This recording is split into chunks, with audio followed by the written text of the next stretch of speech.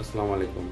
Prime minister Sheikh Hasina তার পরিবারের 21 জন সদস্যকে হারিয়েছেন। তাদেরকে হত্যা করা হয়েছে 1975 সালে। বিপদগামী সামরিক লোকেরাই তাদেরকে হত্যা করেছে।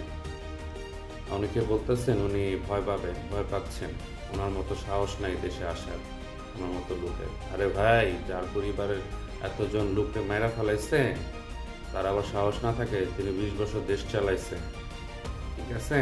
তার হারানোর কিছু নাই। সে এমনভাবে দেশে আসবে, তখন সরকারই বাধ্য হবে তাকে দেশে আনতে, দেশে ঢুকাতে, ঠিক আছে? ওনার মতো লোক ওই যেন তেন হ্যান ত্যান সাধারণ লোক না, বুঝছেন? তিনি দেশে আসবেন এবং বিচারের মুখোমুখি হবেন এবং পলিটিক্যাল ফেস করবেন। উনি শক্তিশালী মহিলা।